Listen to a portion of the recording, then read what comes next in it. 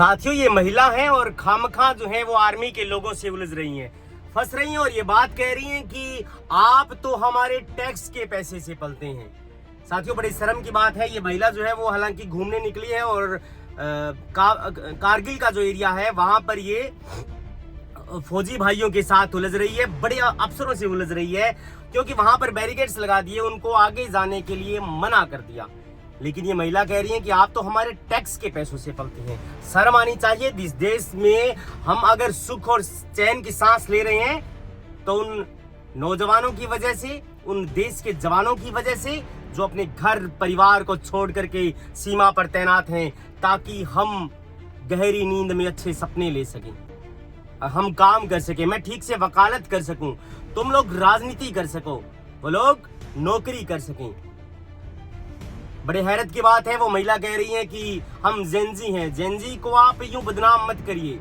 Gen Z तो वो लोग थे जिन्होंने धर्मेंद्र प्रधान की नाक से इस्तीफा खींच लिया था, जिन्हें बड़ा घमंड था कि ये एनडीए की सरकार है, यहाँ पर इस्तीफे उस्तीफे नहीं होते। और आप कह रही हो कि हम जेनजी हैं। जेनजी का नाम लेकर के आप जेनजी को बदनाम करने का प्रयास ना करें और फौजी भाइयों को गाली देना बंद करें। आप कभी खड़े होकर के देखना, जहां पर -30 डिग्री सेल्सियस में देश का जवान इस वजह से खड़ा रहता है कि उसको तनख्वाह मिलती है, इस वजह से नहीं, ताकि देश के लोग, देश के बच्चे जो हैं वो अच्छी शिक्षा ग्रहण कर सके, किसान अपना काम कर सके। तुम न समझो देश को आजादी यूं ही मिली है, तुम न समझो देश को आजादी यूं ही मिली है। हर कली इस बाग की कुछ खून पीकर ही खिली है, और मिट गए वे लोग जो दीवार के नीचे गड़े हैं। ये महल अपने फौजी भाइयों की छातियों पर ही खड़े हैं। वो लोग शहीद हो गए और तुम बकवास करती हो। और वो कितने आराम से समझा रही हैं, जो फौजी भाई हैं वो कितनी आराम से ट्रीट कर रहे हैं उस महिला को, वो कितनी बदतमीजी से बात कर रही है। वो कह रहे हैं कि 2-2 माह के बच्चे हैं तो आप घूमने के लिए आए हो मैडम पहाड़ों के अंदर, अपनी गाड़ी का स्टीयरिंग घुमाओ और दूसरी तरफ जो रास्ता है, अगर वो कहीं पर जाता है बैरिकेड्स नहीं लगे तो वहां पर घूमने के लिए जाओ। आपका काम ये नहीं है कि आप देश के जवानों ने वहां पर हाई सिक्योरिटी जोन है वहां पर बैरिकेड्स लगा रखे हैं, तो कुछ तो कारण होगा। पुलवामा हमला के बारे में सुना है क्या आपने मैम? 40 जवान शहीद हो गए। आप यूं मत हल्के में मत आंकिए देश के जवानों को, देश के सिपाहियों को। वो अगर आज वहां पर तैनात हैं, इसकी वजह से आप घूमने के लिए निकले हैं। आप हजारों सवाल करिए देश की राजनीति पर, हजारों सवाल करिए आदरणीय नरेंद्र मोदी के वक्तव्य पर। आप राजनीति में होकर, पॉलिटिक्स में होकर सवाल करिए, लेकिन देश के जवानों के लिए आपका कोई कायदा नहीं बनता। देश के जवान आपकी सुरक्षा के लिए अपनी जान की बाजी लगा देते हैं।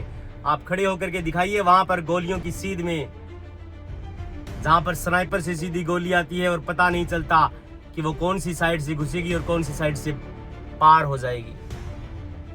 कैसे कह देते हो आप इतने लाइटली में, कैसे हल्के में ले लेते हो?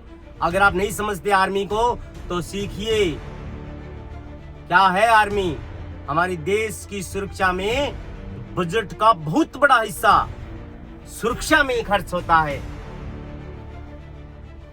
तो आप सोच करके देखिए, हमारी भौगोलिक परिस्थिति इस प्रकार से है कि हमारी साइड में जो दुश्मन देश हैं, उनसे पार पाने के लिए हमें इन चीजों पर खर्च करना पड़ता है, आर्मी पर खर्च करना पड़ता है। लेकिन आप ये नहीं कह सकते कि टैक्स के पैसे से आर्मी के जवान जो हैं वो पलते हैं। कभी ये वक्तव्य आता है कि लोग तो शराब पीने के लिए फ्री मिलती है इसलिए आर्मी में भर्ती होते हैं। शर्म आनी चाहिए आपको, इस प्रकार के वक्तव्य देते हुए शर्म आनी चाहिए। हाँ, आर्मी के जवान अगर गलत करें तो आप सवाल उठाइए। आर्मी के जवान अगर कुछ गड़बड़ी कर रहे हैं तो आप बताइए, लेकिन अगर आप पहाड़ों में जा रही हैं सिर्फ घूमने के लिए, वहां उन्होंने बैरिकेड्स कर रखी हैं और आप जेनजी का नाम लेकर के यूं उल फजूल कुछ भी बोल जाएंगी तो लोग आपसे सवाल करेंगे। उसके बाद में उन्होंने माफी भी मांगी है, उनके रोते हुए भी वीडियो वायरल हुए हैं। होना स्वाभाविक है। अगर आप कुछ चीजों के बारे में नहीं जानते तो कम से कम अपमानित मत करिए देश के जवानों की वर्दी को। जय हिंद। ये वीडियो उन देश के शहीदों के नाम जो कुर्बान हो गए। Thank you so much. We are not tolerate this nonsense. आप तो मुझे बताओ, आप बैठोगे या नहीं बैठोगे? चलो चलो कैसे रोकेंगे? 5 घंटे हो गए, निकालो सब लोग गाड़ी और चलो। वो कश्मीर एयरपोर्ट पे नहीं उतरे। हम नहीं जाएंगे, किसी को जाने भी नहीं देंगे। हम लोग पैसे देके यहाँ घूमने आते हैं या फिर ये सब टॉलरेट करने आते हैं? ताला लगा दिया इन्होंने, कश्मीरियों के साथ तो करते हैं, अब बाहर के टूरिस्टों के साथ भी कर रहे हैं। देखो इन्होंने किसी ताला लगा दिया, फिर अपना नाम भी नहीं बताया और वहाँ चले गए। ये देखो यहाँ पे कोई भी जवाबदारी के लिए कोई नहीं बैठा है यहाँ पर। हमें यहाँ क्यों से जाकर बात करो। नहीं, हमें यहाँ से नहीं हिलेंगे, यहाँ से कोई नहीं हिलेगा। आपको जो समझना है समझो। पब्लिक को उकसाया यहाँ। मैंने उकसाया, ओके आपने उकसाया पब्लिक को ओके, पूरा। हाँ मैं ठीक है उकसाया। हम लोग सिर्फ 2 महीने के बच्चे बैठे हैं गाड़ी में, आप उनका तो कम से कम सोचो। पेशेंट भी है, आप उनको नहीं रोक रहे हो। को छोड़ दीजिए। हम किसी को नहीं छोड़ेंगे, हमारे टैक्स से सबको सैलरी जाती है, हम इसीलिए टैक्स भरते हैं।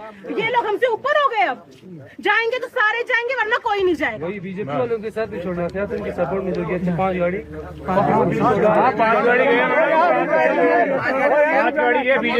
कोई नहीं जाएगा यहाँ से, कोई छोड़ेगा ही नहीं यहाँ से।